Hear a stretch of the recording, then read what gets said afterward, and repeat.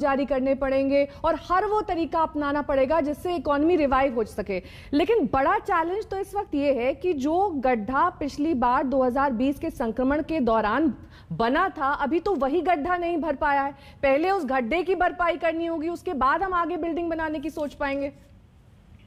रतीश की बात सही है, लेकिन यहाँ एक बड़ा सवाल ये है कि भारत में गवर्नमेंट की स्पेंडिंग पावर नहीं है। आप सामान्य दिनों में भी सरकार खर्च नहीं कर पाती। टोटल इकोनॉमी जो है उसका 60% तो कंज्यूमर स्पेंडिंग से आता है, और कंज्यूमर स्पेंडिंग को बढ़ाने के लिए सरकार के पास कोई डायरेक्ट चैनल नहीं सिवाय इसके कि वो जीएसटी कट करे, टैक्स कट करे और टैक्स घटा के लोगों के हाथ में पैसे छोड़े या इनकम टैक्स कम करके लोगों के हाथ में पैसे छोड़े। वो ट्रैप सरकार इतनी बुरी तरह से फिस्कल ट्रैप में जा चुकी है पिछले साल से लेकर इस साल तक। 90% जीडीपी का डेट है इस समय। तो गवर्नमेंट को ये बेहतर ढंग से पता है कि उसकी स्पेंडिंग कैपेसिटी कितनी है, इसलिए भारत में सरकार उस तरह से स्पेंड नहीं कर पाती जिस तरह से यूरोप या अमेरिका की गवर्नमेंट करती है। इसीलिए हम यहाँ कोशिश क्या देखते हैं, हम देखते हैं कि बैंकों के जरिए क्रेडिट दिलाने की कोशिश की जाती है, किसान से लेके स्टूडेंट तक को और इंडस्ट्री से लेके एमएसएमई तक को। वो फिक्स अभी दूर नहीं हुआ है, तो इसलिए गवर्नमेंट की स्पेंडिंग में बहुत ज्यादा संभावना मुझे कहीं अभी फिलहाल दिखाई नहीं देती। अगर होती तो आज ही वित्त मंत्री ने काफी डिटेल में एक इंटरव्यू दिया जिसमें उन्होंने कहा कि हमने बजट जारी किया, उसको पहुंचने दीजिए लोगों तक। अगर सरकार एडवेंचरस है तो एडवेंचरस टैक्स को लेकर होना चाहिए, उसे एडवेंचरस पेट्रोल की कीमतों को लेकर होना चाहिए, एडवेंचरस हमारी कॉस्ट ऑफ लिविंग को लेकर होना चाहिए। अंशुमन जी, आपको नहीं लगता कि अभी तो फर्स्ट स्टिमुलस पैकेज का ही असर नहीं दिखाई दिया है और सेकंड स्टिमुलस पैकेज को लाने की बात हो रही है? पहले फर्स्ट का तो असर दिखे।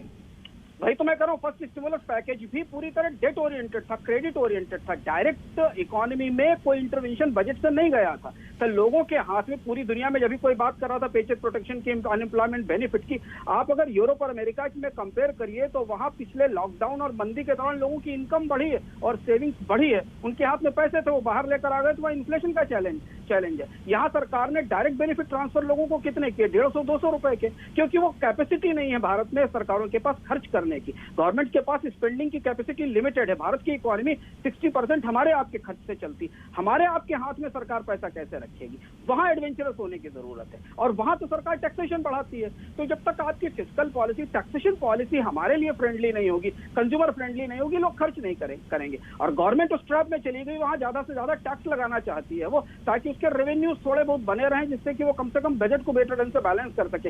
वो फिक्स हमें पिछले साल भी दिखाई दिया, इस साल भी दिखाई दिया। देखिए जीएसटी काउंसिल की मीटिंग 8 महीने बाद हुई और उसमें कोई फैसला नहीं हुआ कि कम से कम कुछ तो रियायत लोगों को मिलती टैक्सेशन में। तो फिक्स हमें साफ दिखाई दे रहा है इस समय सरकार की दुविधा, और इसीलिए वो दुविधा आपको सरकार के तमाम बयानों के बीच से निकल के दिखाई देती है। हमारे साथ पेरूज खंबाटा जी भी जुड़े हुए हैं। पेरूज जी, कई चीजों से हमने लर्न किया है। पिछली बार जो संक्रमण आया था 2000